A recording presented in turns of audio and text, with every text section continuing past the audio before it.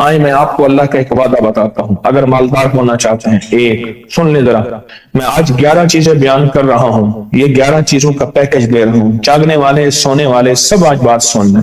اگر مالدار ہونا چاہتے ہیں، ایک، میرے ساتھ کہتے جائیں، ایک، اور اگر بخت بلند کرنا چاہتے ہیں، دو، اور اگر نصیب کے دھنی بننا چاہتے ہیں، اور اگر راحتوں کے سکندر بننا چاہتے ہیں، اور اگر برکتوں سے جھولیاں بھرنا چاہتے ہیں، اور اگر نعمتوں کی بارش چاہتے ہیں، اور اولاد کو فقر، تنگدستی، غربت میں نہیں دیکھنا چاہتا، اور اگر اپنی نسلوں کے لیے ہمیشہ غیبی نظام ایسی مدد میں ہو جسے کہتے ہیں کہ مولا تو ایک وقت ایسا نہ لینا کہ میں مجبور ہو جاؤں، اور اگر کہیں مجبور نہیں ہونا چاہتے، کتنے ہو گئے؟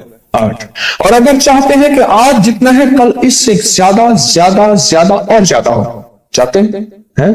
اور اگر چاہتے ہیں کہ یہ میرے علاوہ میری نسلوں میں بھی ہو، کہ میری نسلیں بھی تمنگری، مال، رزق، عزت، صحت، برکت، بیٹے، نعمتیں، خیریں، برکتیں پاتی رہیں میری نسلیں یہ نعمتیں، تو آپ چاہتے ہیں تو کتنے ہو گئے؟ اور اگر چاہتے ہیں کہ آسمان کا ایک دروازہ میرے لیے خصوصی کھلے، میں مانگوں اور رب دیتا جائے، میں مانگوں اور رب دیتا جائے، اس میں یہ دیکھیں کہ اللہ نے کس عمل پہ وعدہ کیا ہے۔ لَإِن شَكَرْتُمْ لَأَزِيدَنَّكُمْ، میرے بندو آؤ نعمتوں کا کرو شکر، نعمتوں کو یوں بڑھا دوں گا، نعمتوں کا شکر ادا کرو۔ بنی اسرائیل میں ایک بندہ تھا، وہ ریت میں اپنے سطر کو چھپا کے بیٹھا تھا، ننگے پن کو ریت میں، اس کے پاس اتنا کپڑا بھی نہیں تھا کہ اپنے سطر کو چھپا سکے۔ موسیٰ علیہ السلام تشریف لے جا رہے تھے اللہ کی بارگاہ میں، موسیٰ علیہ السلام ملاقات کے لیے، تو کہنے لگا موسیٰ ایک فریاد تو اللہ سے کر دیں۔ یہ میں آپ کو 11 تحفے آج دینا چاہ رہا ہوں، ذرا سنبھل کے بیٹھیں، جھولی پھیلا کے بیٹھیں، برتن وسیع کر کے بیٹھیں، اپنی توجہ کو متوجہ کر کے بیٹھیں، اپنے ہر پل ہر سانس کو۔ موسیٰ علیہ السلام اللہ کے حضور جا رہے، اللہ سے میری درخواست تو کر دے، کیا اللہ میری غربت کو دور کر دے، کوئی میرے لیے بھی وسعت اور برکت کے فیصلے کر دے، آپ اللہ سے دعا تو کر دے۔ تو موسیٰ علیہ السلام نے فرمایا ٹھیک ہے، اللہ کے حضور گئے نا تو واپسی پہ آئے، یہ آپ کو 11 آج نعمتوں کا پیکج دے رہا ہوں، اور وہ سنیے گا۔ تو اللہ پاک نے فرمایا موسیٰ میرے بندے سے کہے میری نعمتوں کا شکر ادا کرے۔ موسیٰ خوش ہو کے آ گئے، اور جب خوش ہو کے آئے اور آ کے بتایا تو کہنے لگا اللہ نے نعمت دی ہی کیا ہے جس کا میں شکر ادا کروں؟ ہوا آئی وہ ریت بھی اڑا کے لے گئی، ہوا آئی اور وہ ریت بھی اڑا کے لے گئی جس ریت سے سفر کو ڈھانکا ہوا تھا۔ موسیٰ علیہ السلام کے پاس ایک بندہ آیا موسیٰ علیہ السلام کے پاس، اے اللہ کے نبی مالدار زیادہ ہوں، کچھ دعا فرمائیں کم ہو جائے، تھک گیا ہوں، گنتے سنبھالتے تھک گیا ہوں، کچھ دعا فرمائیں۔ تو موسیٰ علیہ السلام نے فرمایا رزق ضائع کر غریب ہو جائے گا، اور سن کے چلا گیا، اور فرمایا تو سب سفر میں جا اور پھر واپس آ تو مجھے بتانا، یقینی تیرا رزق کم ہو جائے گا یا ختم ہو جائے گا۔ واپس آیا تو کہنا موسیٰ بہت زیادہ بڑھ گیا، اتنا بڑھ گیا، مجھے ایک یاد ہے انگلینڈ سے ایک صاحب آئے، اس نے بھی یہ شکایت کی تھی، کہنے لگا کوئی دعا ہے، میں نہیں چاہتا ختم ہو جائے، میں کہتا ہوں ذرا تھم جائے الفاظ تھے۔ کہنے لگا ایک مشین رکھی ہوئی ہے میں نے، اس میں پاؤنڈ چھوٹے بڑے وہ علیحدہ کر کے پھر بنڈل بنا کے دے دیتی ہے، ہاتھوں کا کام ختم ہو گیا۔ ہمارے ہاں ایک پہلوان ہوتا تھا، سب کو کہتا تھا ایسے یوں ہاتھ مارتا تھا اپنے رانوں پہ اور کہتا تھا آؤ میرے ساتھ لڑو، اور جو اس سے ڈاڈا ہوتا تھا اس کے ساتھ پہلی ہی بازی میں نیچے سے ہاتھ کاٹ کے کہتا تھا ساری بات سے ہماری بس ہے۔ تو وہ نوٹوں والا کہنے لگا میری بس ہو گئی ہے، گن کے کوئی ایسا نہیں ہو سکتا کہ بس یعنی ختم نہ ہو، کہ تھوڑا سا سٹاپ ہو جائے۔ اب وہ جب آیا تو موسیٰ آپ نے فرمایا تھا کہ یہ تو زیادہ ہو گیا، اور میں یہ بتا تو کھانا کیسے کھاتا تھا، اور میں اونٹ پہ چلتے ہم نے کھانا کھانا ہوتا ہے، میں گلے میں رومال باندھ لیتا تھا، ادھر گلے میں باندھ لیتا تھا، ادھر اونٹ کے کانوں کے ساتھ باندھ لیتا تھا، اور اس رومال کے اندر چھوٹے چھوٹے ذرے گرتے تھے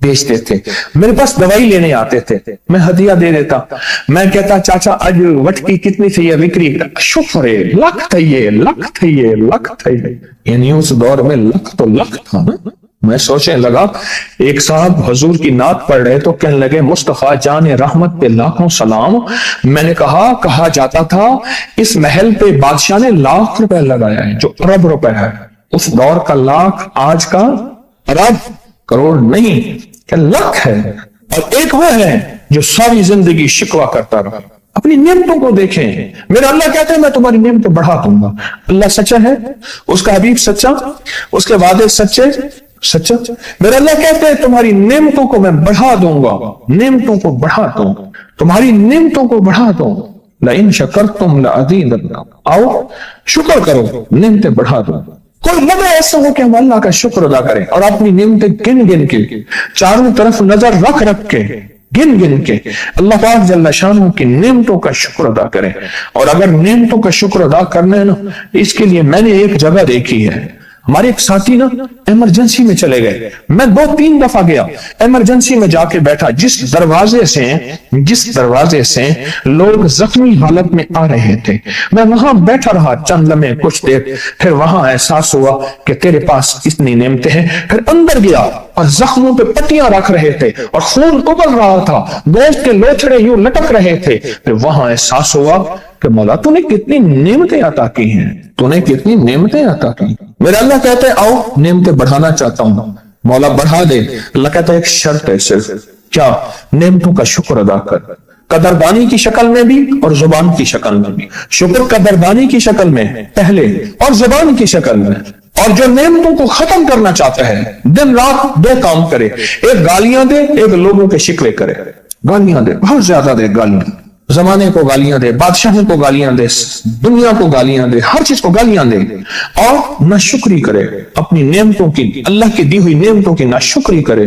رب سب کو چھین لیتا ہے، چین بھی، سکون بھی، رزق بھی، رحمت بھی، راحت بھی، اللہ چھین لیتا ہے۔ نعمتوں کی قدردانی، نعمتوں کی قدردانی اور نعمتوں کا اظہار لوگوں کے سامنے نہیں، اللہ کے ساتھ معاملہ ہے۔